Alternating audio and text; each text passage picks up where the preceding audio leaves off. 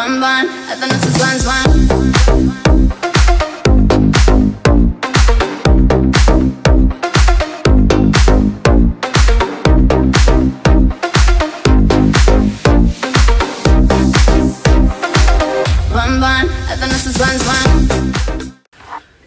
好的，各位小伙伴，大家好，这里是子米。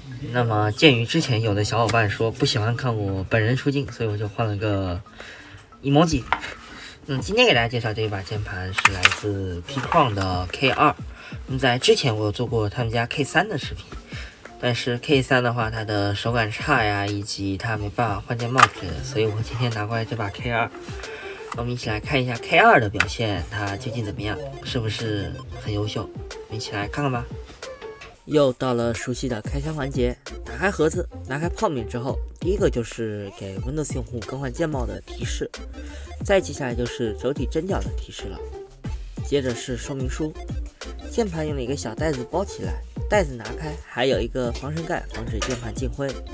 附件里面还有一个 A to C 的数据线、拔键器、拔轴器以及一堆增补键帽。鉴于 K2 有好几个版本啊，我们这里选择的是金属框 RGB 背光版本。外观上最明显的莫过于这复古风格的键帽 ，PVT 的材质不像 K3 那样容易打油。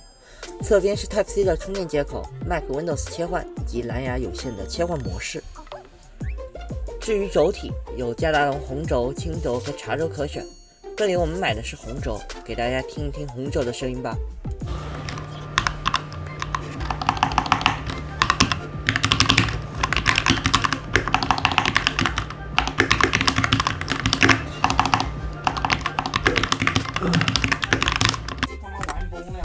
考虑到这款键盘支持热插拔，索性换上我手里有的达尔优天空轴 V3， 也给大家一起听听声音吧。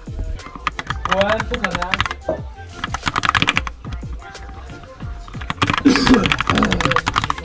他在中路跟人家打架，就是干将跟那个谁前嘛，对吧？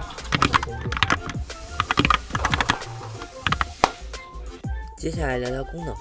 基本操作上和之前介绍的 K3 差不多，一样是按下 FN123 切换不同的设备，长按 FN123 就可以清空之前连接的设备，然后让新的设备连接了。RGB 灯切换在右上角，19个灯光效果够你玩一整天了。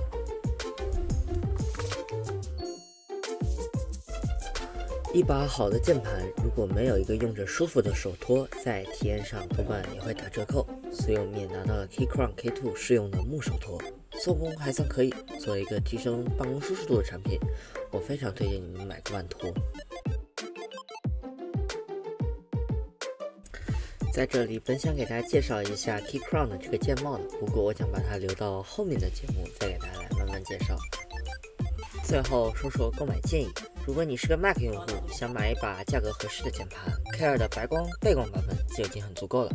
如果你想体验一下不同轴体的乐趣，498的可插拔版本也不算太贵啊。如果你有钱，无脑上顶配就完事了啊。